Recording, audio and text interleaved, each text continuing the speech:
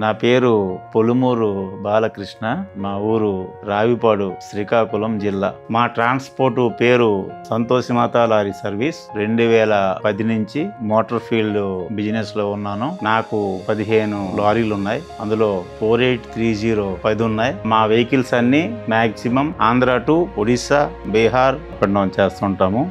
కొన్ని ఏరియాలో రోడ్లు బాగోవు. ఆ ఏరియాకి వెహికల్స్ వెళ్ళినప్పుడు కూడా ఎక్కువ ఇబ్బంది లేకుండా ఇంజిన్ హార్స్ పవర్ వల్ల బండి పికప్ కానీ, రన్నింగ్ కానీ, ఆ స్మూత్నెస్ కానీ, ఇంజిన్ సౌండ్ కానీ ఏమి మారవు. మైలేజ్ మేము చెక్ చేసుకుంటే 3 to 3.2 వరకు మైలేజ్ అయితే వస్తున్నాయి. కొన్నిసార్లు లోడ్ పట్టించి దానికంటే ఎక్కువ కూడా రావడానికి అవకాశం ఉంది. వెహికల్ మెయింటెనెన్స్ అడగదు.